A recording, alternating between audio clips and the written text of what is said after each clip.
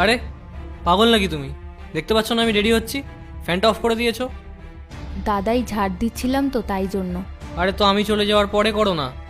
রোজ তোমার দেখি এই একই সিস্টেম। আমি রেডি হবো আর তুমি ফ্যান অফ করে সামনে এসে দাঁড়িয়ে পড়বে। পায়েল, আমি অফিসে যাচ্ছি।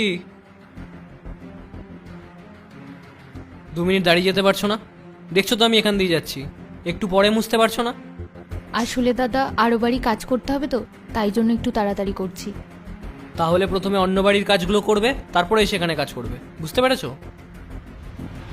কি হয়েছে? সকাল সকাল এত চিৎকার করছো কেন? কিছু না, আমি অফিসে যাচ্ছি। যা, তুই ভেতরে গিয়ে কাজ কর।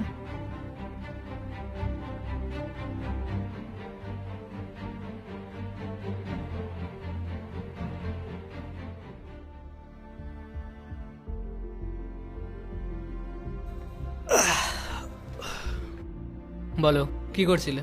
কিছু না, এমনি বসেছিলাম। আচ্ছা শোনো, তুমি আমার সঙ্গে সারা মাস ঝগড়া করতে না যে আমি অফিস থেকে লেট করে কেন ফিরছি, ওভার টাইম কেন করছি। আজকে এই ওভার টাইমের জন্য আমি 10,000 টাকা ইনসেন্টিভ পেয়েছি। আরে বাহ! হ্যাঁ, আর আজকের পর থেকে তুমি আমার সাথে একদম ঝগড়া করতে আসবে না যে লেট করে কেন এসছো। ঠিক আছে, আর ঝগড়া করবো না। দাদা জল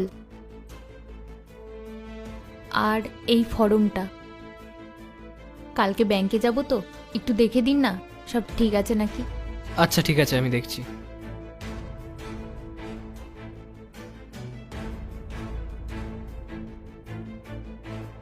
কি হলো, তুমি হাসছো কেন? অকুপেশনের জায়গায় ও ওয়ার্কিং লিখেছে। হ্যাঁ তো কি হয়েছে, কাজ তো করে ও।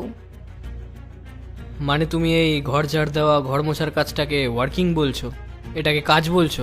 শোনো, এটা যদি কাজ হয় না তাহলে ইন্ডিয়ার প্রত্যেকটা মেয়েই ওয়ার্কিং। এই নাও, একদমই ঠিকঠাক করেছো। যাও গিয়ে ব্যাংকে জমা করে দাও।